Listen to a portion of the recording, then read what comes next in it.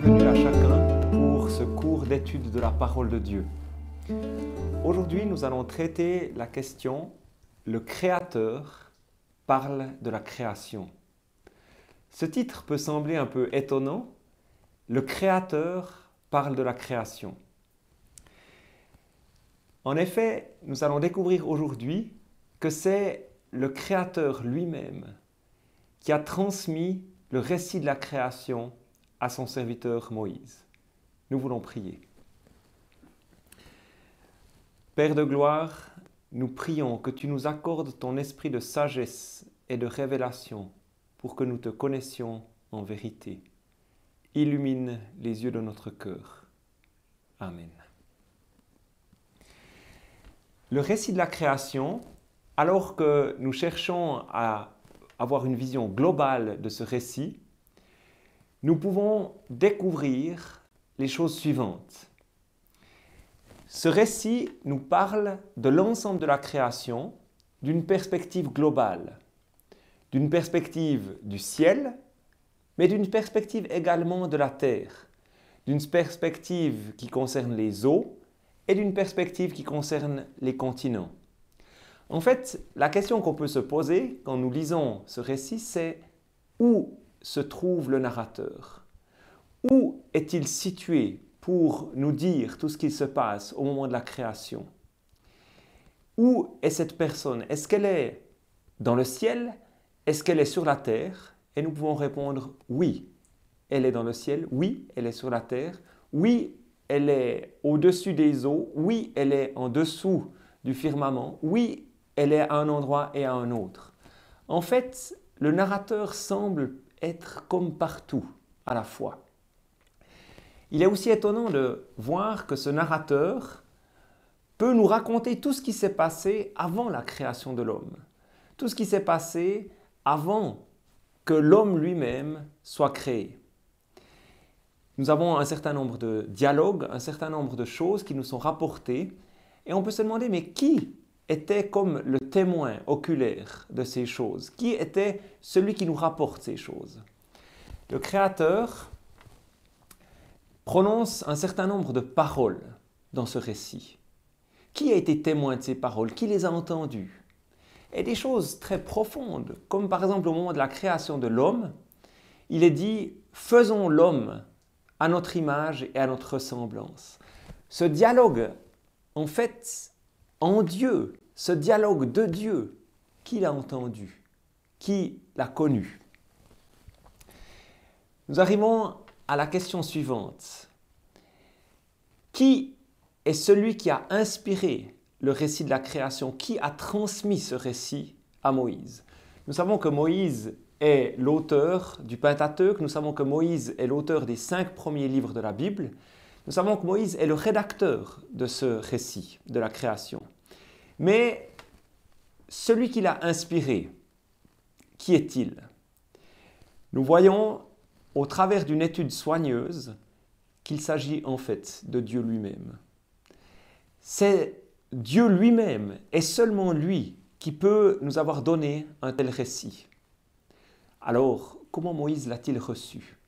Moïse l'a reçu au travers d'une prophétie. Moïse l'a reçu au travers d'une révélation, par l'esprit de révélation, l'Esprit Saint, l'esprit de prophétie. Moïse a reçu ce récit et l'a ensuite transmis à l'humanité. En fait, Dieu a transmis une rétroprophétie à Moïse.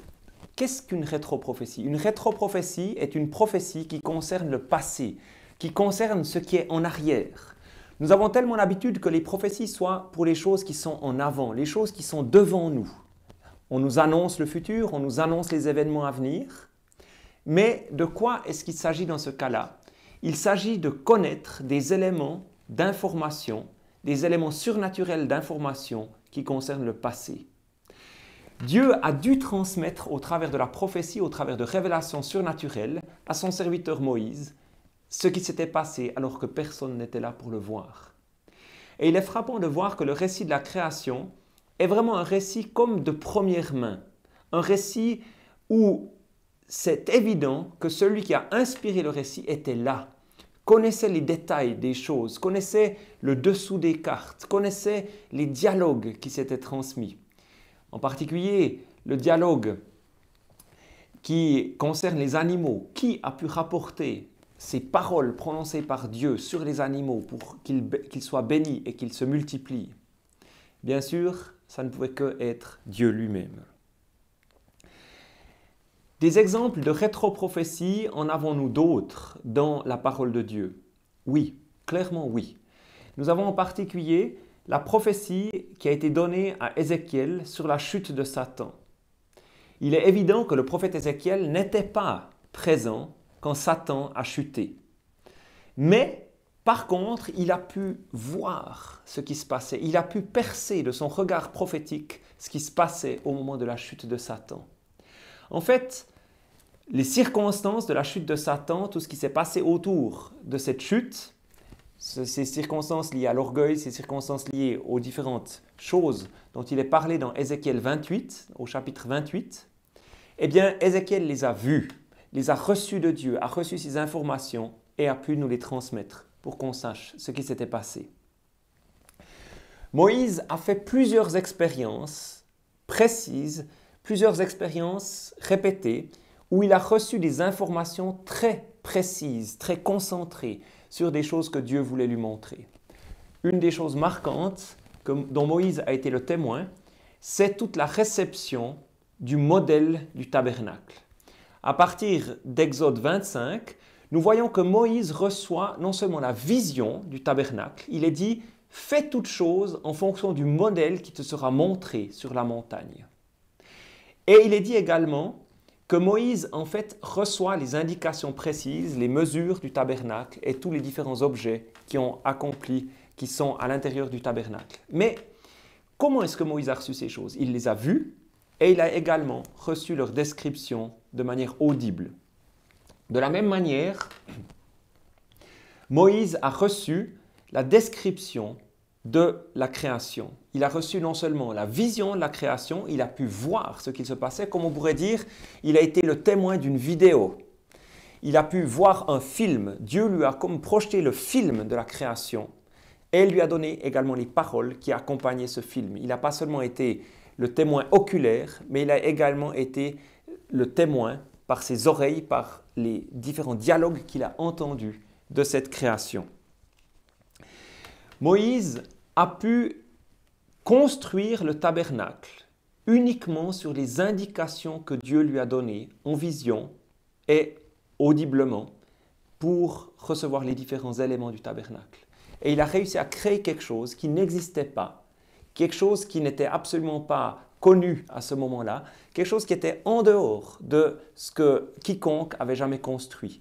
Et on voit ce qui est étonnant dans le tabernacle, c'est que toutes les choses s'imbriquent les unes les autres, s'assemblent les unes les autres de manière parfaite, alors que jamais personne n'a construit un tabernacle avant. De cette manière, nous pouvons être assurés que Moïse avait une capacité d'écoute prophétique extraordinaire. Non seulement Dieu est un communicateur hors pair qui réussit à communiquer à ceux qui l'écoutent, à ses serviteurs, il réussit à communiquer parfaitement sa pensée et à communiquer parfaitement ce qu'il veut, sa loi et toutes les choses qui concernent son temple, les choses qui concernent son service. Mais en plus, il est montré clairement que Moïse avait cette capacité très bien développée de pouvoir entendre et comprendre Dieu de manière particulière. Ainsi, le récit de la création nous donne une grande assurance que Moïse a pu écouter Dieu d'une manière vraiment précise et fidèle. Dieu a révélé à son serviteur Moïse les différents détails de la création, les différentes choses de la création. Il a révélé à Moïse qui était non seulement son serviteur, mais son ami. Et là, il y a quelque chose de très important qui nous dévoile en fait le but du récit de la création, le sens du récit de la création. Dieu a dit à son ami Moïse les secrets de la création. Il nous est rapporté dans l'Écriture que Dieu parlait à Moïse comme un homme parle à son ami. Il y avait vraiment une relation extrêmement forte entre Moïse et Dieu. Il y avait une relation d'amitié, il y avait une relation de proximité, il y avait une relation vraiment où les deux se comprenaient très bien, si on peut dire comme ça. Dieu a dévoilé les secrets de la création à son ami Moïse. De quels secrets s'agit-il? Est-ce qu'il s'agit de dimension? Est-ce qu'il s'agit de grandeur? Non. Le récit de la création n'en parle même pas. Mais Dieu a dévoilé les secrets de son cœur. Nous savons tous que quand nous avons un ami fidèle, nous allons lui révéler ce qui nous habite, les secrets de notre cœur. Jésus dit lui-même, « Vous êtes maintenant mes amis parce que je vous ai dit les choses que j'ai moi-même appris de mon Père. » On passe en fait dans un statut d'ami quand les choses secrètes du cœur de l'autre nous sont communiquées. Et c'est bien de ça qu'il s'agit au niveau de la création. Dieu a voulu dire à son ami Moïse ce qu'il avait habité, ce qui avait motivé son cœur, ce qui avait vraiment habité ses émotions, comment il avait créé les choses, pourquoi il avait créé les choses, avec quel enthousiasme il avait créé les choses, avec quelle générosité il avait créé les choses, avec quel ordre, avec quel génie, avec quelle sagesse il avait créé les choses. On peut dire que Dieu parlait de lui-même. On peut dire que Dieu parlait des choses profondes de son cœur, la création de l'homme, la création de la terre. Il est évident que Dieu disait, tu vois, cette terre que j'ai créée, je l'aime. Ces hommes que j'ai créés, je les aime. Ces animaux que j'ai créés, je les trouve beaux, je les ai bien faits. Cet océan, ces montagnes magnifiques, toutes ces choses, c'est vraiment un lieu où je trouve mon plaisir, où je suis heureux de ce que j'ai fait. Toutes choses étaient bonnes et je suis heureux du résultat. En fait, Dieu lui parlait vraiment de lui. Mais Dieu parlait également à Moïse, à son serviteur Moïse, à un certain moment de sa vie. Plusieurs estiment que Dieu a parlé du récit de la création, a dévoilé le récit de la création au moment où Moïse était dans une longue période en présence de l'Éternel. Dans ces 40 jours sur la montagne, il est très probable que ce soit à ce moment-là que Dieu ait voulu révéler les choses à son serviteur. Moïse avait fait cette prière « Révèle-moi ta gloire ». Bien sûr, Dieu a révélé sa miséricorde, mais il est également possible que durant cette période, il ait révélé la gloire de sa création à son serviteur.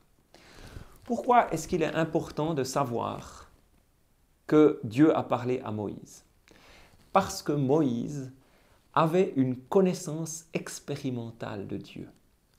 Il ne connaissait pas Dieu au travers de livres. Il ne connaissait pas Dieu au travers de l'expérience des autres. Moïse avait une expérience en direct de Dieu. Il savait que Dieu pouvait obscurcir le soleil sur tout le pays d'Égypte et faire briller la lumière sur le pays de Goshen. Il savait que Dieu pouvait ouvrir la mer Rouge, de manière à ce que son peuple passe au travers de la mer à sec. Dieu lui avait montré qu'il était puissant pour envahir le pays d'Égypte tout entier au travers d'insectes, faire naître la vie là où il n'y en avait pas. Par exemple, au travers de son bâton jeté par terre et un serpent se dressait. Moïse avait fait l'expérience de la toute-puissance de Dieu sur le domaine de la vie et de la mort. Il avait fait l'expérience de la puissance de Dieu sur les eaux. Il avait fait l'expérience de la puissance de Dieu sur le soleil, la mer, sur l'ensemble des choses. Dieu lui avait montré qui il était. Mais Moïse avait également fait l'expérience d'une chose particulière, que Dieu pouvait créer de la nourriture, et beaucoup de nourriture pour un peuple entier, pour 2 millions de personnes, à partir de rien. Il pouvait faire descendre la manne du ciel, le pain du ciel, à partir de rien, de quelque chose qui n'existait pas. Dieu s'était dévoilé au peuple tout entier, mais particulièrement à son serviteur Moïse, comme celui qui peut créer de la matière là où il n'y a pas de matière. Celui qui peut créer un passage là où il n'y a pas de passage, qui peut créer des circonstances là où tout semble impossible. Moïse avait aussi vu que l'Éternel était capable, au plein milieu du désert, de faire sortir un fleuve d'eau abondante pour nourrir, pour abreuver, non seulement tout le peuple, mais également le bétail. Et ces choses, Moïse les avait expérimentées, il les avait connues. Et bien entendu, c'était un homme comme celui-là que Dieu voulait révéler la gloire de sa création. Il n'est pas difficile pour un homme qui a vu la mer s'ouvrir de croire que Dieu peut déplacer la mer et créer le continent. Il n'est pas difficile pour un homme qui a vu le soleil briller sur une partie du pays, les ténèbres couvrir une autre partie du pays. Il n'est pas difficile de savoir que Dieu a l'autorité sur les astres et sur toute chose qui est dans le ciel. Il n'est pas difficile de savoir que Dieu peut créer la matière à partir de rien pour celui qui a vu Dieu nourrir son peuple, 2 millions de personnes, des adolescents affamés, des soldats qui ont besoin de beaucoup de nourriture et des femmes enceintes. Moïse l'avait expérimenté jour après jour. Dieu lui a donné une perspective céleste des choses qui étaient au moment du départ. Dieu lui a donné cette perspective céleste. En fait, Dieu lui dit comment lui a vu la création. On peut dire le Créateur parle de la création. Dieu l'a introduit dans les secrets, dans ses secrets, dans les secrets du départ, dans les secrets du commencement. Qu'en est-il? Pourquoi certains réussissent à percevoir les choses de Dieu, les secrets de Dieu, et d'autres sont complètement fermés aux secrets de Dieu? Jésus-Christ nous révèle la chose suivante: Dieu se révèle aux humbles et aux petits. Dans Matthieu, au chapitre 11, les versets 25 à 27, nous lisons: « En ce temps-là, Jésus prit la parole et dit: « Je te loue, Père, Seigneur du ciel et de la terre, il s'agit du Créateur, de ce que tu as caché ces choses aux sages et aux intelligents, et de ce que tu les as révélées aux enfants. Oui, Père, je te loue de ce que tu l'as voulu ainsi. Toutes choses m'ont été données par mon Père, et personne ne connaît le Fils si ce n'est le Père. Personne non plus ne connaît le Père, si ce n'est le Fils, et celui à qui le Fils veut le révéler. » Jésus-Christ s'adresse à son Père, qui est le Seigneur du ciel et de la terre, il s'agit donc bien du Créateur, et il lui dit cette louange, il fait monter cette louange vers lui en lui disant « Mais tu as caché ces choses aux sages et aux intelligents. Ce n'est pas par la connaissance académique, la connaissance livresque, la connaissance de l'érudition qu'on arrive à te connaître. La connaissance de Dieu, c'est la connaissance qui passe par le cœur, par la révélation. Dieu n'est pas un objet d'étude, Dieu ne peut pas être analysé, Dieu ne peut pas être disséqué. Les choses de Dieu ne peuvent pas être comprises par notre raisonnement et notre intelligence. Les choses de Dieu se comprennent par notre cœur, les choses de Dieu se comprennent parce que Dieu nous les révèle. C'est Dieu qui ouvre le robinet de la révélation. Ce n'est pas nous qui pouvons décider d'entourer Dieu, de cerner Dieu, de comprendre Dieu par notre propre sagesse et notre propre intelligence. C'est Dieu qui dit « Viens et je te parlerai de moi. Viens et je vais te révéler qui je suis. Viens et je vais te montrer ce que je pense, ce qui m'anime, ce qui m'habite. » C'est ce qui s'est passé pour Moïse. On sait que Moïse était l'homme le plus humble de la terre et Dieu s'est révélé à lui et lui a révélé les choses profondes. Alors, pourquoi des choses si importantes, si précieuses comme la création, le cœur du Créateur, la beauté de la création et la beauté du Créateur, le génie de la création et le génie du Créateur, sont masqués à tellement de personnes? Parce que c'est Dieu qui décide à qui il veut les révéler et à qui il donne de les connaître. Faut-il conclure qu'il faut être ignorant ou stupide pour connaître Dieu? Bien sûr que non. À l'évidence, non, parce que Moïse était instruit dans toute la sagesse des Égyptiens, c'est-à-dire en fait toute la sagesse de son époque, il la connaissait au plus haut degré. L'apôtre Paul était aussi un homme très instruit, très érudit, un grand érudit de son temps.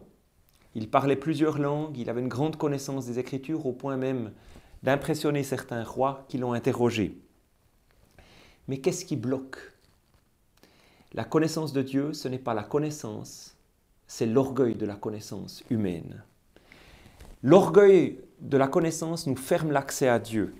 Dieu n'est pas un sujet d'étude, Dieu est quelqu'un qui se laisse connaître, quelqu'un qui se fait connaître, quelqu'un qui dit qui il est lui-même.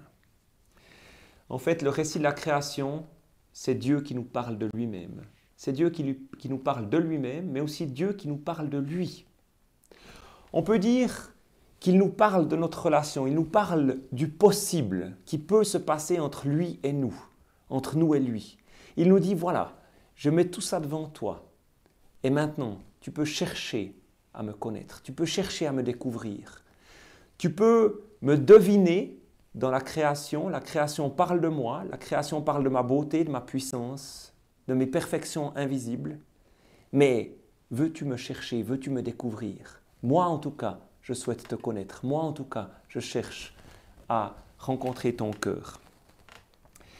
Mais Dieu écrit aussi son histoire, ou on pourrait dire l'histoire de ses débuts. Vous savez, quand des personnes qui s'aiment profondément sont peut-être assis au coin du feu et disent, ben voilà, comment ça s'est passé au début de notre vie? Comment ça s'est passé quand on a eu notre premier appartement? Comment ça s'est passé quand on a eu notre premier enfant? Quand un couple se parle de ses débuts, c'est un moment très profond.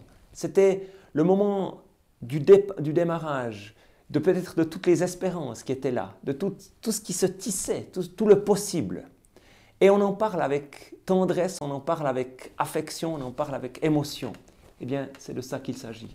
Dieu nous parle du début, du commencement, de tout ce qu'il a mis en place pour l'humanité, de tout ce qu'il a mis en place pour nous, de tout ce qu'il a préparé pour qu'on puisse le rencontrer, le connaître. Toute cette terre qu'il aime, ce monde qu'il aime, ce ciel qu'il aime, et bien sûr ces créatures qu'il aime tellement. Quand Jésus-Christ a guéri l'aveugle de naissance, il ne lui a pas fait un rapport médical exact en lui expliquant dans quelles conditions il se trouvait avant et dans quelles conditions il se trouve maintenant et surtout dans quelles conditions il a été durant le miracle. Non, Jésus-Christ a fait le miracle. Jésus-Christ a simplement dit « maintenant tu es guéri ». Et cet homme a connu le soin de Dieu, la proximité de Dieu, l'amour de Dieu. En fait, il a eu une rencontre avec le Dieu vivant au travers de son Fils Jésus-Christ. Est-ce que Dieu nous trompe quand il nous parle si simplement de la création? Bien sûr que non. Dieu veut nous transmettre un message de vie. Dieu veut nous transmettre un message de cœur. Il ne cherche pas à nous donner des informations compliquées avec des formules chimiques, des formules mathématiques, nous expliquer tous les processus qui ont mené au fait que nous existons, que la Terre existe, que l'univers existe. Non. De la même manière que Jésus-Christ n'a jamais voulu donner des formules mathématiques, des schémas, de la chimie pour expliquer ce qu'il avait fait dans les yeux de cet aveugle de naissance. Il n'a pas expliqué comment il a enlevé la cécité, il l'a simplement fait. Le miracle s'est produit. Les informations très simples que Dieu nous donne suffisent à satisfaire les questions de notre cœur. Un enfant demandera peut-être à ses parents qui je suis, qui m'a fait, comment est-ce que j'ai été fait. Et ses parents vont lui dire, tu es né de notre union, tu es né de notre amour et nous allons prendre soin de toi. Le récit de la création est en fait un récit qui nous dit des choses toutes simples. Dieu nous dit, tu es le fruit de mon amour, tu es le fruit de mon désir de te voir vivre. Tu es le fruit de mon désir de te rencontrer. Tu es celui que j'ai créé et je vais prendre soin de toi sur toute cette création que je te donne. Dieu parle le langage du cœur. Dieu ne nous donne pas des raisonnements compliqués, mais il nous donne la création et le récit de la création comme un bouquet de roses accompagné d'un poème. Pour nous dire son amour, il nous émerveille par la création et quand nous voyons tout ce qui est la création, nous ne pouvons que être émerveillés. Mais en même temps, il nous donne ce poème d'amour en nous disant, voilà, comment je l'ai pensé, comment je l'ai fait pour toi. Son témoignage, ce récit de la création nous atteint en plein cœur. Il ne s'agit pas de faire fonctionner tellement notre intelligence et nos raisonnements, mais de recevoir ce message que Dieu nous donne. Est-ce que nous manquons beaucoup d'informations? Non. Notre cœur comprend et Dieu nous donne le récit de la création pour pouvoir orienter notre vie concrète, pratique, pour que nous sachions quoi faire sur cette terre, comment être en relation avec lui, comment nous comporter sur cette terre, et nous permet de nous orienter suffisamment. Certains diront, mais j'aimerais avoir plus de détails. Dieu ne souhaite pas satisfaire notre curiosité et toutes les questions que nous pourrions nous poser. Dieu souhaite nous parler de lui et nous parler de nous, de cette relation qui nous unit. Pour toucher le cœur de notre épouse, il vaut certainement mieux que nous joignions un poème d'amour à notre bouquet de fleurs, plutôt que nous lui expliquons les processus chimiques qui ont amené ces fleurs à être entre ses mains. Il est aussi certainement plus préférable de ne pas lui expliquer toute la chimie ou les mathématiques pour expliquer l'amour. Non. Le message simple passe et le message est compris. C'est de la même manière que Dieu, non seulement par la création, mais par ce récit de la création, nous atteint en plein cœur et nous permet de savoir qui il est lui. Le Créateur nous parle de sa création, la création nous parle de notre Créateur.